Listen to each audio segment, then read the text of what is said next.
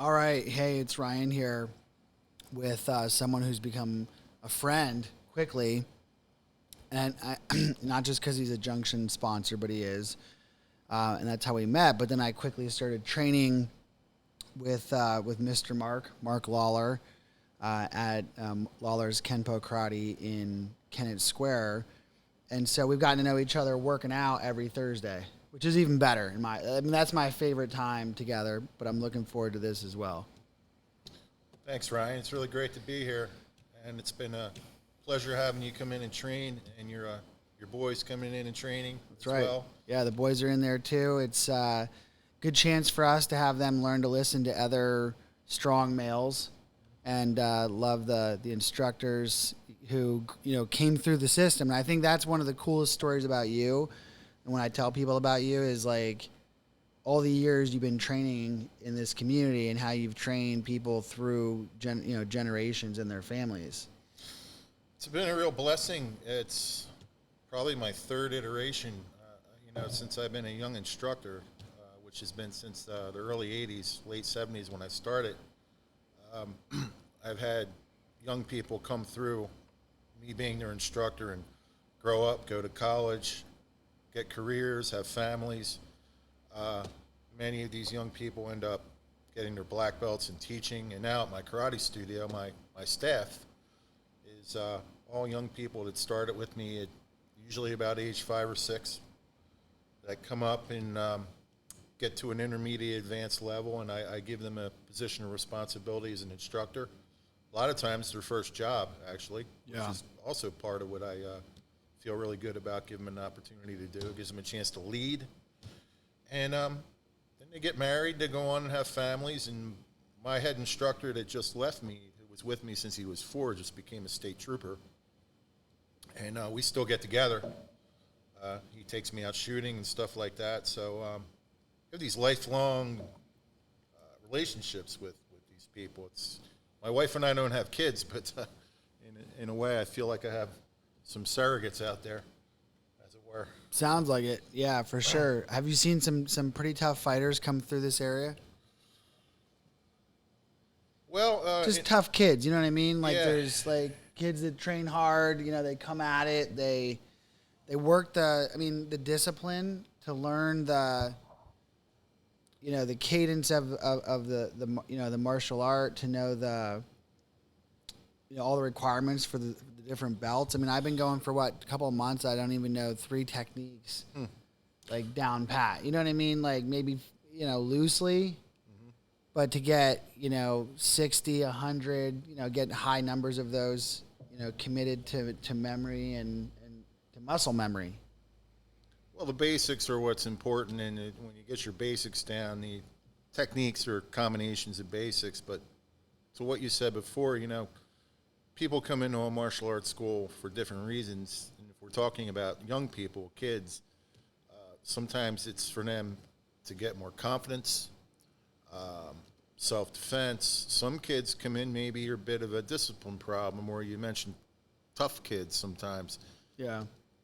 The training tends to have an opposite effect on them. It tends to mellow them out and have more respect. The fighting aspect of martial arts is a small percentage of any karate school. People that really want to go to that sort of, there's 3 levels. You have your traditional arts, you have your sport combatives like jiu-jitsu, boxing, kickboxing, where it's real, and then you have your self-defense. The sport combative and the karate tournaments, it's not for everybody. Not everybody is going to be in the art to, get into a competitive mode where you're actually, fighting. Sure. Yeah. So I would just add that. Yeah. No, and it's interesting now because there are so many. I feel like MMA. I feel like you're hearing more about it. Even boxing as of lately. I mean, you hear about YouTuber. Yeah. Stuff like that people are just doing, and Mayweather's coming out to fight him. And I don't follow it that closely, but you see it out in the news. You see it on, people have it on online and stuff. And I think, people probably have thought, you can't deny that in the last year, people have thought a lot more about their self-defense. I think you look at like security systems, gun sales. I mean, things are, they're all up. You can't get like a Berkey stainless steel water filter, like a non, a system that doesn't, need electricity to run that does a good job of cleaning your water. You can't even get them. I try to get them in here because we love ours at home, and I'm like, so they're concerned about their self-defense. Some people probably feel a sense of powerlessness, and then you have, Kenpo Karate, of which you're a longtime student and teacher, and it gives people don't really realize like this is, and you're not really using Kenpo like for me as who grew up wrestling. Mm-hmm. Like really the goal of you can't even really spar Kenpo the right except for some version of it because you hurt people, right? Well, yeah. To speak to MMA, for example, in 1993, the Gracie family took over the UFC, and at that time, most people that did karate, or what we call stand-up, boxing, kickboxing, Kenpo, Taekwondo, arts that punch, kick, block, didn't believe that they could be taken down type of a thing. And the Gracies had a long history of being undefeated. In fact, Helio Gracie challenged the Brown Bomber, Joe Louis, back in the 1940s, I believe. That's how long the family had been around. So the first UFC comes, and the Gracies they beat everybody with jiu-jitsu. I called the Gracie Academy the next week, and I said, where can I go learn Gracie Jiu-Jitsu? And there was one guy in Philadelphia named Steve Maxwell that was training with the Gracies. I started with him the next week and stayed with him for about 11, 12 years before I had to stop. But one of the points I wanted to make about it is that aspect of martial arts has been around since the Greeks and the Romans. It's funny here in this country, we kind of, everybody was of the opinion that, oh, look at this jiu-jitsu. We've never seen anything like this. The whole idea of starting on your feet and going to the ground has been around in Japan. They call it pankration, which is actually a Greek word. And if you move that into the self-defense conversation, like you mentioned about Kenpo, self-defense is a different animal. And, as you know, I teach self-defense at Westchester University. And my self-defense course is predominantly female, and some of the courses I do off-site are female and people different sizes and shapes and levels of fitness. So what you teach in self-defense has to work for everybody. Yeah. It can't be martial arts based necessarily. Yeah. It's gross motor skill based, and it's about effectiveness. And it's a different way of teaching than teaching a traditional martial art. Yeah. Has to be, or it won't function. Yeah. How tough were you as a kid? Better question would be, how tough was I? Well, I saw pictures of you in your office where you got some good training under your belt. You told me when we had dinner at Brandywine Prime, shout out to another Junction sponsor. It was a special meal, good place to go and get to know each other better. That karate saved your life. Like you got it found you at the right time at the very least, and it was something that really shaped your life as a tough kid. And probably steered some energy in the right direction. Yeah, 1,000%. When I started martial arts at about 15 years old, my home life wasn't all that great, and I was running with a rougher crowd, older kids that weren't into the best activities. And when I discovered martial arts, I was always a jock. I loved to play baseball, too. I was always into that aspect of being physical. When I discovered a karate school, here are these guys that were all in shape, that were into working out. They weren't into drinking and doing drugs or any of that kind of stuff or doing crimes. And I gravitated toward it. I mean, I needed it. And the longer I was with those guys, the more it rubbed off on me and the more I wanted to be there doing that. And the less I wanted to be, wasting my time with these other characters, And And as time went on, I became an instructor and then a school owner. You know, it's incumbent on you to keep training, so, which was never a problem for me. So I mentioned jiu-jitsu along with Kenpo. I started the box with a notable boxer from Wilmington, Delaware named Henry Milligan. If you want to Google him, he fought Mike Tyson in the 1984 Olympic trials, fought Henry Tillman a couple of times. Henry taught me a lot. How do you do against Tyson? Well, Tyson stopped him but didn't knock him out. In fact, I disagree with the stop. I don't think Henry was really hurt. You know, Were you there? You saw it? Or? Oh, no. You can see it on YouTube. It was 1984. Huh. And I forget what city it was in. Tyson, I think, was only 16 or 17, but he weighed like 230. Wow. And Henry soaking wet's probably 195, but could knock you out with either hand. He was like that type of a fighter. And Olympic rules are kind of strange. You hit it with the right part of the glove, and I don't know the rule. I couldn't regurgitate the rules. But I guess they claimed he was stunned, which I guess I'd have to go back and look again, but I think they stopped it too early. But yeah. Anyway, I learned a lot from Henry and other people along the way. I could go on and list them, but I had a lot of influences in martial arts. You know, my first instructor, Pat Caputo in Delaware, who's still there, was so how bad a huge. dude are you, Mark? That's what I'm trying to ask you. Like, I know you trained under all these guys. Mm-hmm. Billy Sin told me there was a time that you were a bad dude walking around Kennett Square. He played a joke on his son or something and made his son run away. Told him that you really? Yeah, I don't know the story, but it was funny. I'd have to ask Billy about that. I really don't remember that. No. I mean, when you grab me in class, I feel like you're gonna kill me. Really? Nah. Little old me? Nah. Little unassuming, coy Mr. Mark? Well, part of me growing up with a brother, now having 3 boys, and just wrestling constantly and thinking about dodging like Nerf bullets and like just in a regular combat. Like my boys and I kind of attack each other. You know, you got to, you're on alert at the Durfler house.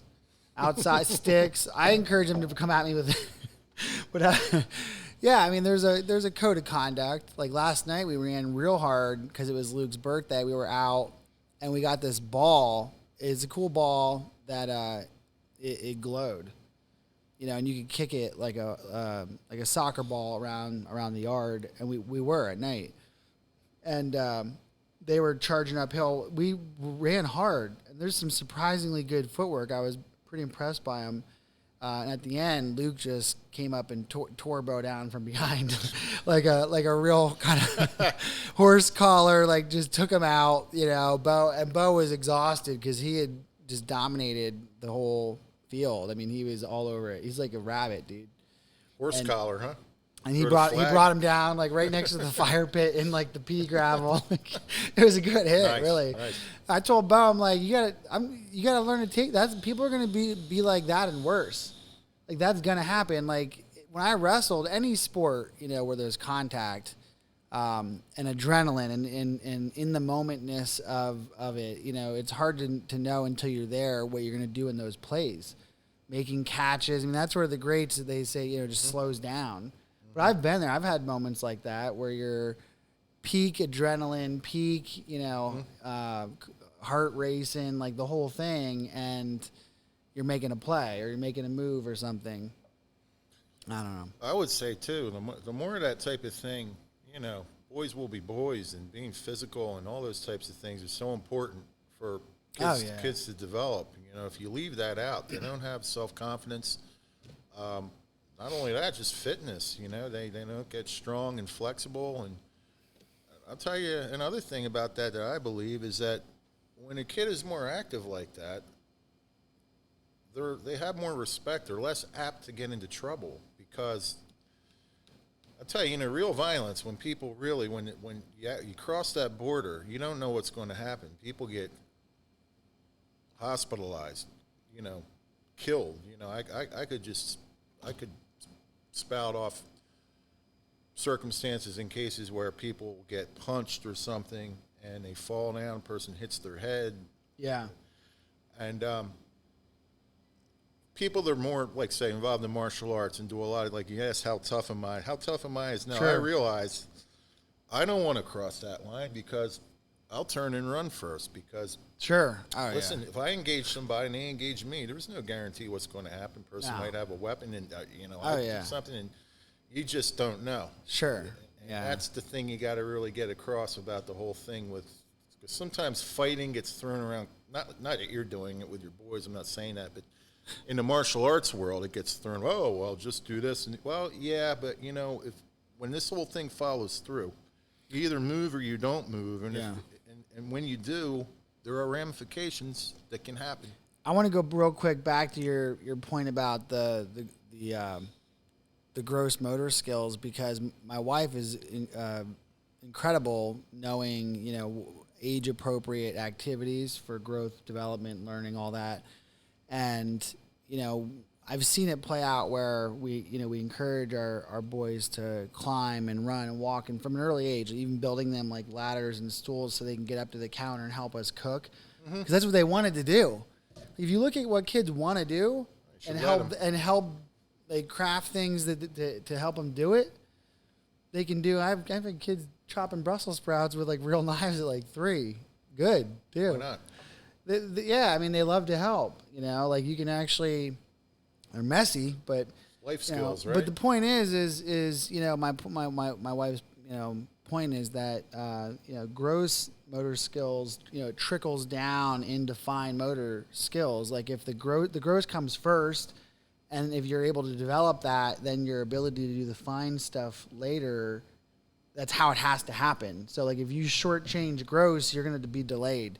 You're not going to have the fine motor skills you should have. You should be, and really, you should be climbing trees outside, running fields, stream as much as you can. Hiking outdoors is huge. I mean, my boys, nothing brings me more joy than coming home and seeing these two, Indians coming out of the woods with like stuff. They got stuff, gear they might have. Usually, they caught some creature. It's what we're built to do, Yeah.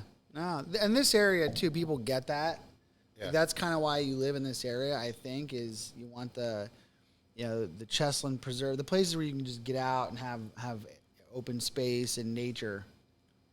And I teach strength training at Westchester, and as well as self-defense, and then I do some personal training. And you're into fitness, you wrestled, and what you're saying about Whitney, and what you'll find if a person doesn't get involved with those everyday kind of things that we're built to do, they get further and further behind the curve the older they get.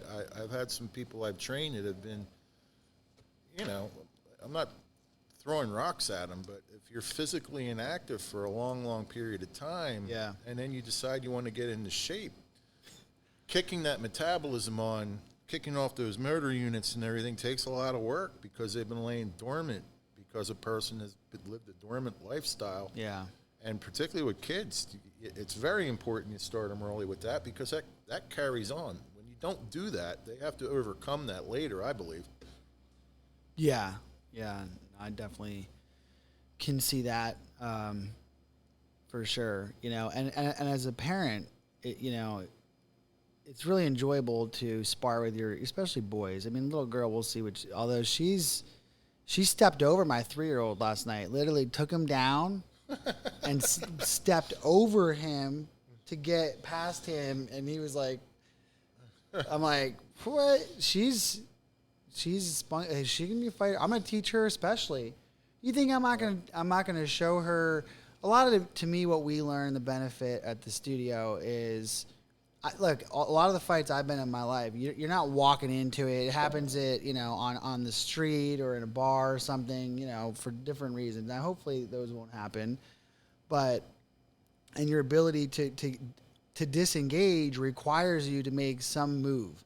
Okay? Like my buddies one time, it's like, I'm like, all right, guys, listen, we're out of here. We don't need trouble. These guys just leave us alone. Walking away.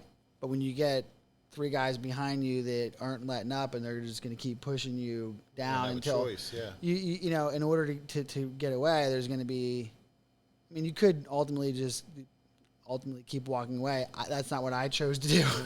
I chose to turn around, let them know that they should stop following us, and I didn't get hit. I'm fortunate that, that everybody was all right, but you can't take it serious enough. To me, you always think about, I have a family friend, who was breaking up a fight in Philly. Someone just pushed him. He was literally not even involved. Big guy, like 6'3", fell back, hit his head on the curb, died. Matthew Ginther, he was like a big teddy bear football player, wasn't even really involved. Total tragedy. And you're like, it's just, you don't want to see that. No one really wants to see that. But we recognize that, self-defense is important. Well, a gentleman I like to listen to a lot, named Tim Larkin. He's got his videos on YouTube, and I'm part of his self-defense community. He talks about social and asocial violence. You have social violence where guys will posture and scream at each other and call each other's names and push and maybe even get into a fight, but nobody's really trying to really kill each other or hurt each other. Yeah. But you have asocial violence, and those are the predatory people out there that don't really say anything, and when they come for people, they're coming to really hurt and to really do damage, and those are the people you really got to watch out for. And when you decide to turn and move or whatever you're going to do with somebody like that, you've got to engage them all the way. That's why it's so important to know the difference, because me and you were drinking, and we get into a row, and we get into a fight or something, and something crazy like you just mentioned happens. Yeah, it's completely avoidable and unnecessary, unless you don't have a choice. So you're trying to kill me or do something, put me in the hospital. Then that changes things. But that's the difference between social and asocial. Yeah. You know what I'm saying? Yeah. No, but you don't want to fight me right now. I don't want to fight anybody, man. I've been training with Mark Lawler. Oh, by the way, as far as you mentioned about females, Ryan's getting warmed up here. Getting fired up. I love class. I like sparring, obviously, again, but I grew up a wrestler. To me, I loved the time of the drills, the technique, are so important. To me, I love the sparring, the going live. Wrestlers I think I mentioned this to you, always crack me up, because I'll say at the college, for example, how many of you guys have taken martial arts? A couple people raise their hands. Okay. What have you done? Oh, I did Taekwondo. Oh, I did kickboxing. I did Kenpo. Puts their hand down. I go, how many of you wrestled? 4 guys raising their hand. I go, why didn't you raise your hand when I said you're doing a martial art? Wrestling is the oldest martial art on the planet. True that. No, it's good. It's a good foundation. I fell into it and ran pretty hard, and still have. I have a wrestling mat in our basement. I can't awesome. give it up. I mean, you learn how to fall. You learn how to throw people. I've been trying to get a Chad's Ford adult fight club league sort of situation. I look at it a year ago, maybe 2 years ago too. I posted. I got a couple guys that were kind of interested. Everyone's worried about going to work, looking. But to me, I can spar. You can do it in a way where it's not. You could run it out of the studio if you want to talk to me about it. Yeah, I mean, I'm always trying to get people to come to my house, so I don't have to go. I mean, I got the mats and the space. You do got a great space. All right. Well, look, community, if you would like to spar. Can I mention one other thing before we? I wanted to mention about women in martial arts. That stigmatism has long since been lifted. Some of the greatest martial artists around right now are women. Really? You look at Rose Namajunas and Ronda Rousey and competitors like that, and just in general, when I started karate, there were very little involvement with women, but now they're very well represented, and Yeah. I'll tell you, they're every bit as good as men Yeah. at their own weight level. Yeah. Obviously weight, heavyweight versus obviously makes a difference. I mean, physics matters, but Yeah. women are absolutely 1,000% capable of becoming very proficient. I just want to state that. Bet. Yeah, I'm trying to get my wife in there. kickboxing. Get her in with my wife Gail for the kickboxing. That's what I'm trying to do. But yeah, I mean, it's. Yeah, sorry to cut you off there. I know you were about to say something. No, we've had a joy coming to the dojo. The boys have loved it. I mean, they just run right in, and it's. I love the vibe. It's like you're just trying to. Thanks. You're just doing your thing, and you've been doing something you've been doing a long time. I like to make it friendly. I like people to have a good time, feel comfortable, serious where it needs to be, but I like to be like a family. Yeah. Now, we'll share more of the history on the studio and on Kenpo tradition and Sure. sort of the family tree, and in an upcoming issue we'll do a story on it, and even your some tales from over the years, working with Dick Vermeil, working with NFL players, just like different things, situations, you've Sure. been privileged to be a part of, got some stories. That's what it's all about. I mean, you walk down, people are going to see you walking across State Street. You're probably all over Kennett. Yeah, I've been there since almost 30 years now. We opened in 92. And, we're established.